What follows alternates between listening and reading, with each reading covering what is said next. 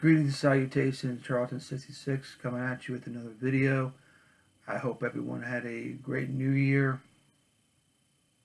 And so far, the hope of the new year is going well for everyone. And, so far, 2019 has been pretty good. I get to retire this year, so that's a good thing. So hopefully the year goes by quickly. And hopefully a lot of good comic book purchases are in the future for everybody, and they find what they want on their want list. So since this is about comic books, and you can get into more existential thoughts and ideas about the new year and about life in general, but since this is about comic books, I figure I hope everyone finds what's on their want list and their wish list. So I know everyone's been making up and talking about, been watching videos, obviously. And everyone's been, discussing their want list and wish list for 2019. I made up mine. I'm still working on it. The difference between the 2018 and 2019 they look almost the same, with a couple of eliminations that I was able to pick up, obviously, last year. So I'll do another video on that, make it part of another video. I'll do a couple of things. Been reading a lot of comics, obviously. I'll take a break from reading my older stuff, starting and keeping up with the newer stuff. I've been behind on the newer stuff, only because obviously I've been reading Golden Age and Silver Age and Bronze Age books, which I find more appealing. But I do read newer stuff. I mean, don't get me wrong, I still read JLA and the Teen Titans and stuff like that, just to keep abreast on what's going on in the comic world. But I don't look forward to it as much. I mean, there are certain books that I really look forward to, like Mage and Bitterroot and Paper Girls and a couple other books. Joe Golem. There's a handful of books I look forward to, but they're usually from other publishers, not from DC or Marvel, with the exception of Daredevil. I really enjoyed Daredevil, but mostly Bronze Age, Silver and Golden Age appeal to me more than the newer stuff. But like I said, I still keep up, and I go over a couple of stuff that I'm reading on the newer stuff. One of the things that I do want to show my cousin for Christmas, along with a CD. I got the Simon and Kirby Horror, which is a awesome hardback book. It's put out by Titan Books, which they put out a lot of nice comic book related material of historical content. The front piece, I mean, it's just phenomenal. Take off the dust jacket, and I love the cover. Very cool. It's got a wraparound cover. It's got a wraparound cover, and it's got a lot of nice material. It's reprinted really well. It's on matte or flat type of paper, not on the glossy stuff. It's hard to read when the light hits it a certain way. But this is a really nice book. I read some of the stories in it already, which is really good. Titan Books has put out Simon and Kirby Horror, which is obviously this one is, and a science fiction one and a superhero one. If you're a Simon Kirby fan or just a comic book fan in general, this is a must-have. It makes you wonder when you read. Not to get on the Stan Lee versus Jack Kirby soapbox, but the creative talent and the creative juices that comes from Jack Kirby before he worked with Stan Lee and after he worked with Stan Lee speaks volumes. I'll put it to you that way. We got so much stuff from Jack Kirby. Stuff he did for DC, for other publishers, for his own studio. Joe Simon, Jack Kirby, their studio, it was put out. It was just, like I said, I'll leave it at that. People could take it for what it is, but there's a lot to be said with the output of Jack Kirby, and sadly he's not as remembered as he should be. I mean, among us comic book fans, yes, but not in the realm of the real world of Jen and Joe public. Um, Everyone knows who Stan Lee is, but you mentioned Jack Kirby, they look at you, what, who's that? Which is sad. Anyway, that's an awesome book. Thank you to my cousins. They hooked me up with that. I do appreciate that. Um, Another thing I got from my best friend and his wife, the books of the Earth Sea. Um, it's it's by Ursula K. Le Guin, but it's an awesome. Got the complete. It's illustrated by Charles Vess. There's plates in here throughout the story, but it's a complete Earthsea. The short stories and novels. It's a thick book, but it's awesomely illustrated. If you're a fan of the Earthsea books, I recommend it. It's a hefty book. But what's really cool, it comes in its own the shipping box it comes in. Um, it's presented to me in the box it came in, so it's a nice fit with the box, so it doesn't get damaged or dinged up. But I appreciate that from them. Getting that for me. It's a beautiful book, but the illustration by Charles Vess really make it pop. So it's worth getting if you're a fan of the Earthsea, the books of the Earthsea. But that's what it looks like. It's like I said, it's pretty thick. But it's embossed and everything. It feels really nice. It's heavy. If you're a fan, you probably already have the books separately, so they're probably gonna be easier to read. But this is not to be overlooked.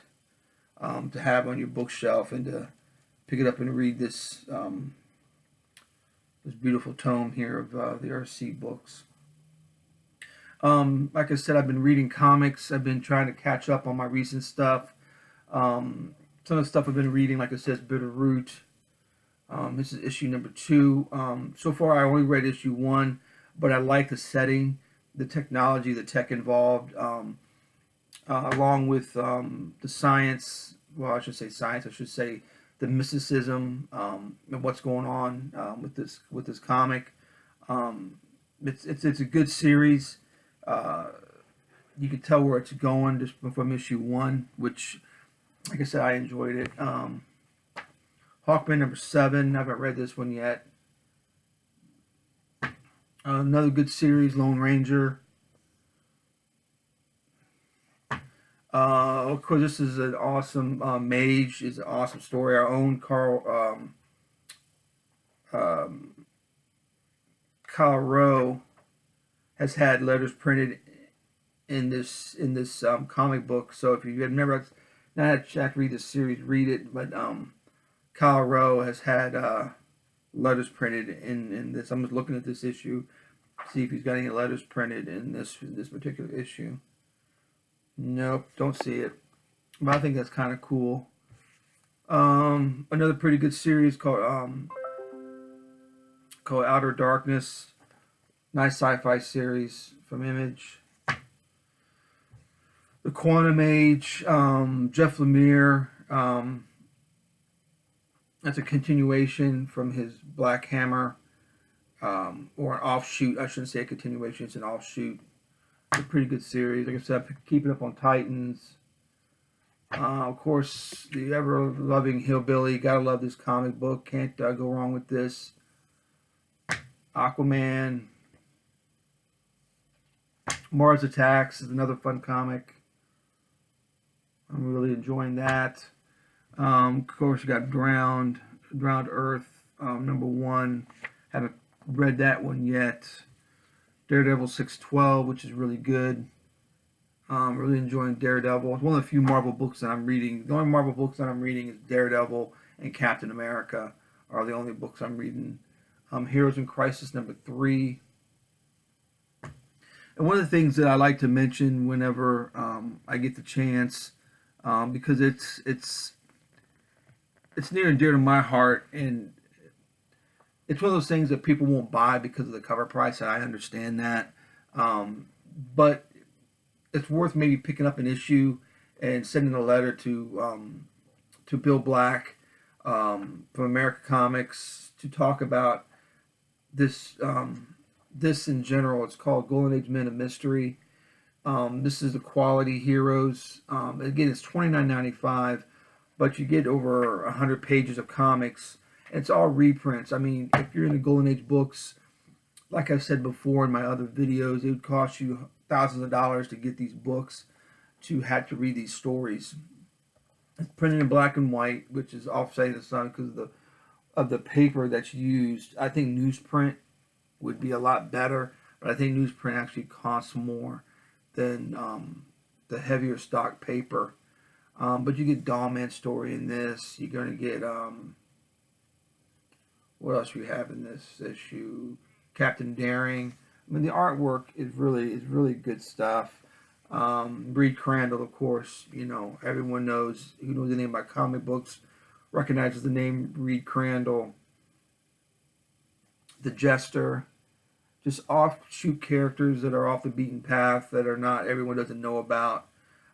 We kick off with a Kid Eternity story, which is really cool. Yeah, Kid Eternity story, you kick off with that. But, you know, like I said, it's one of those books that pick up a volume if you can, if it's in your budget, and just peruse it, you know, read it, take it for what it's worth, and let Bill Black know what you think about it. He's the one who publishes the comic, and I shared emails back and forth with Bill Black, and they barely break even on this particular book, on the Golden Age Men of Mystery. They have overhead, and of course, obviously, you know, printing issues and everything else. But you know, like I said, they barely break even on the book, and it's a labor of love. So I appreciate the book, and if you're a comic book fan, you should check it out. It's got some really cool stories in it. You get to appreciate what's come before, and all that kind of good stuff. Onward to some other books I'm reading. I got to catch up on Justice League. I'm behind on them. I'm up to number 10. I know I'm behind. This is the 10 to 14. I'm going to read those after I'm done with the video. What else am I reading currently? I already mentioned Quantum Age. I'm caught up with that. Hawkman, I'm caught up with that. Titans.